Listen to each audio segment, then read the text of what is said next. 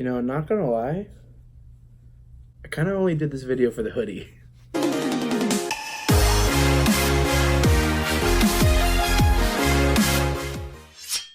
Hey guys, welcome back to the channel. My name is Bailey, or BTLB, and today I'm finally getting to my Spider-Man Far From Home review. This movie came out well over a month ago, and I am very sorry it took me this long. This is the 23rd movie in the Marvel Cinematic Universe, taking place 8 months after Avengers Endgame. I really enjoyed it, but before I tell you why don't you go ahead and leave a like on this video? Any support is greatly appreciated. Go ahead, drop a comment down below. Tell me what you want to see me review next. Do you want another reaction, another review? Just let me know down below. And finally, please don't forget to hit that bell for post notifications. It lets you stay up to date for everything my channel has to offer. Without further ado, let's swing on into Spider-Man Far From Home.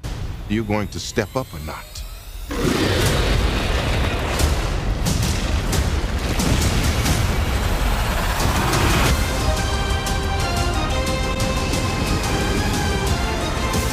gotta get you guys out of here. Get on the jet. Who are you? I work with Spider-Man. You work for Spider-Man? I work with Spider-Man, not for Spider-Man.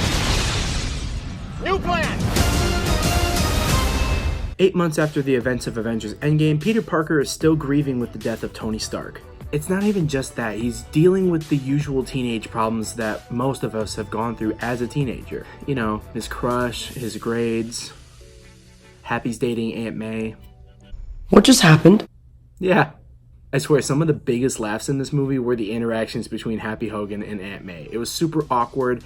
It was like taking how Tony would hit on Aunt May to a really uncomfortable level, and I think that just really improved some of the comedy in this movie. To further the continuity, everyone who was dusted away for 5 years ended up having to start the school year over again. Anyways, Peter leaves his super suit and mindset behind as he and his classmates go on a European vacation. He's determined to let MJ know how he feels about her, but as luck would have it, Nick Fury appears to recruit Spidey on an important mission. To Peter's dismay, he reluctantly agrees to help, where he meets Quentin Beck, a man from an alternate Earth who is here to stop the elementals from destroying our world. Now, even though we've had this movie out in theaters for at least a month or two now, I still want to put up a spoiler warning just in case you don't want to know anything about the big twist of this movie or anything with the villain. Just any very important key details that I might bring up. I don't want you guys to get spoiled. I'll do my best to keep a timestamp down below, but overall, if you just don't want any chance of getting spoiled, please click away from this video. Check out the other ones I have on my channel. There should be a card like right here, and come back once you've seen the movie. We good? Cool.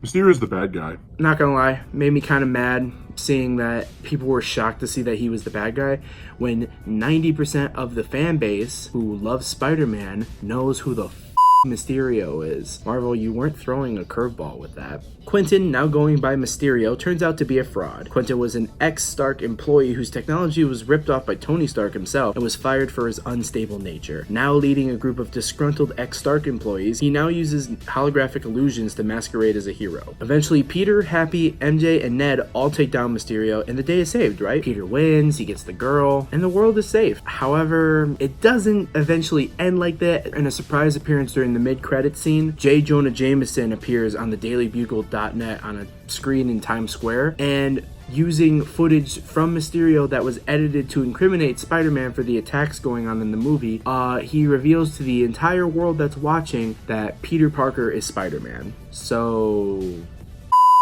those of you who have been watching since the beginning know how I usually handle these reviews, but in case there's any new viewers out there, how I usually tackle these is try to handle the positives beforehand, show everything I really enjoyed, and then get to the negatives. So starting out with the positives, let's start with number 1.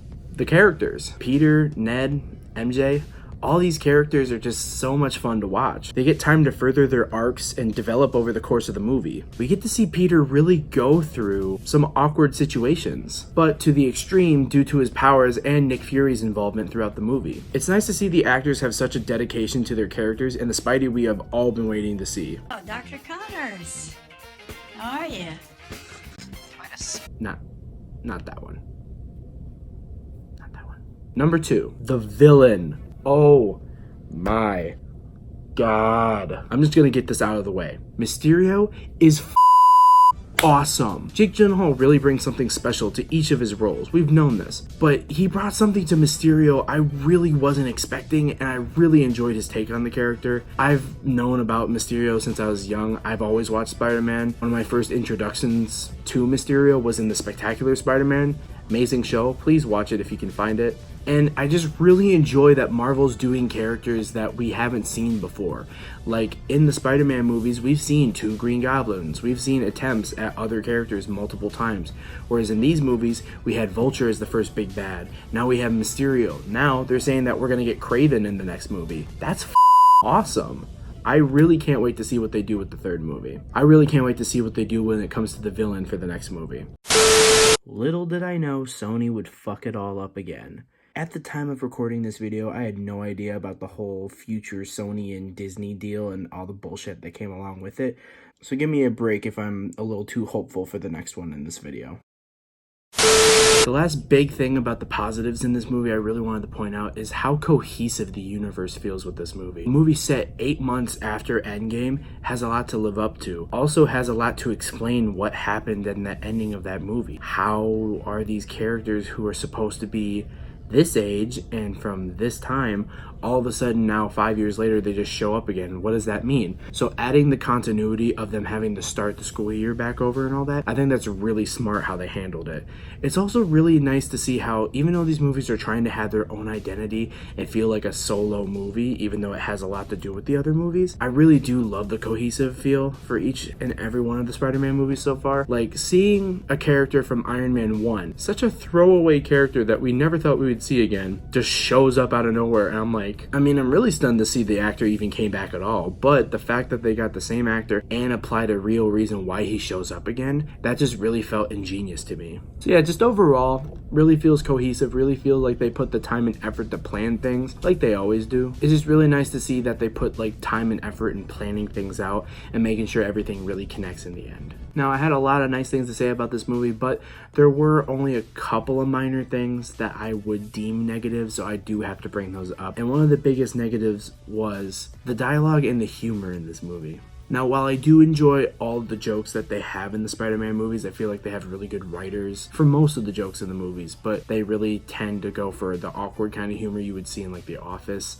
or similar shows, and it really does show, and I do like it. However, one problem with it is some of the dialogue, some of the writing, and just some of the jokes don't really feel like they belong in the movie. Not necessarily this one in particular, but like Homecoming and Far From Home together, it doesn't feel like a lot of what you would see in a high school movie. And while that's cool that you did something different, it's not really something that tends to be believable after a while. I know it's hard to be comparing this to real high school because, you know, it's Spider-Man, but it still stands. A lot of the dialogue, a lot of the situations, and a lot of the jokes that we see from these high schoolers are from like middle schoolers. And while, yeah, I guess that makes sense because they have been dead for 5 years, so like they should be more mature by now, but because they're not, that's why they act so immature. I guess if they were going for that angle, it would work, but really it just felt kind of cheap to do some things that you would expect from a middle schooler instead of just a high schooler. That kind of just rubbed me the wrong way in a couple of areas in this movie and in Homecoming. So hopefully by the 3rd one, they really start to iron out all of those creases in the script. That was like one of the only main things I have a problem with. I mentioned earlier, I didn't really like that they had a big reveal for Mysterio being the twist. I still was kind of shocked when I watched it just to see like how they revealed it or how they unraveled it. But even in the trailer, I knew he was going to be the bad guy. Anyone knows that Mysterio is going to be the bad guy. Like, he's known far and wide in comic book fandom and now in mainstream audiences as the bad guy. So the fact that you're gonna sit there and try to fake me out when I obviously know what's up, and so does 90% of your fan base, it just looks a little sloppy. I will admit you wrote the multiverse twist pretty well in the trailers, but even then it just felt like a cop-out. So that was kind of annoying, but it was so minor, I looked over it. It wasn't really something big, and it didn't ruin the movie for me at all. So guys, for my overall rating of this movie, I'm gonna give it a 9 out of 10. It really improved on a lot of things that I liked in Homecoming, but felt like they needed to bring up more. I really enjoyed that they had more of Zendaya's character in there, especially since in the last movie they marketed her as like this big player in the movie and she's in it for 10 minutes, I felt cheated a little bit. So they didn't do anything wrong when it came to that. I really enjoyed the writing in this movie. I really enjoyed the special effects. There's just so many things they did right. It's hard to pick out what could be improved, but I know it's also not the most perfect movie in the world. There are some plot holes, like tiny as they may be, they're still there. So just because I know most movies can be improved upon in some way, even if I don't know how they should be improved, I'm just going to leave it as a near perfect rating. So 9 out of 10 I feel is really justified. Plus, who knows, in 10 years I could hate this movie and think it's actual dog. So for now, I feel like that's a justified rating. So guys, that was my review for Far From Home. Did you guys enjoy? Why don't you hit the like button? Show me what you thought. Did you disagree with what I thought about the movie? Do you think it's trash? Do you think it's amazing? Go ahead and drop down a comment down below. Let me know what you thought. Also, let me know what you want to see me review next. And finally, please don't forget to hit that bell for post notifications. It keeps you up to date with every single upload the moment I upload it, so you'll never miss out on a video. Again, my name was Bailey, or BTLB, and I'll catch you guys next time. See ya.